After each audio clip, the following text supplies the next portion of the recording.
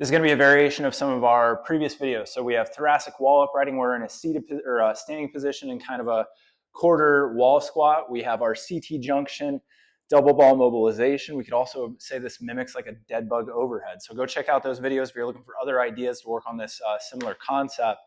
So first thing we're going to try to do is, you can see, it is more comfortable for me to be a little bit away from the wall because I am a little stiff in my hamstrings, but both my upper thoracic spine. So it's kind of hard for me to get my sacrum against the baseboard, but that's the first goal, is scooch in here as far as you can. Now, when you're in there, what you're going to notice is that puts our low back, or should put our low back, kind of flush to the wall. Second thing we're going to try to work on here is, once our low back's flush, is we're now going to keep our chin tucked and drive our head back to the wall. So this is basically just if I could sit upright, which can be tough for some of us for a variety of reasons. Now, let's say the hamstring flexibility is what's driving you out of this position.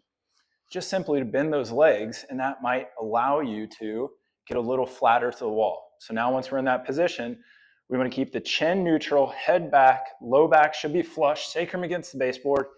I'm going to keep those arms straight, and now I'm going to have the thumbs come straight up.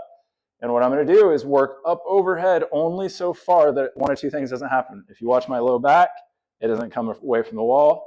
And if you watch my head, it's not going to crank into what I call CPR position. And we would work as far overhead as I could, letting our elbows basically be our truth teller. So if your elbows start to flex and you're like, oh, I got my thumbs to the wall, no rep. So again, full rep would be legs out straight, sacrum against the baseboard, low back's flush, mid back is uprighted, chin's tucked, head back, elbows straight. I'm working those thumbs straight up overhead. I'm not widening the arms, which would be another way to cheat. I'm going to work the arms overhead. So where I get stuck is about there, and where I feel work is my mid-thoracic spine is just squeezing like a vice, trying to get upright as best as I can. So when we hit that point, the last thing we want to do is breath in, exhale a little further. We might even do a few breaths here and then fall back out of it. That is our seated thoracic spine wall uprighting.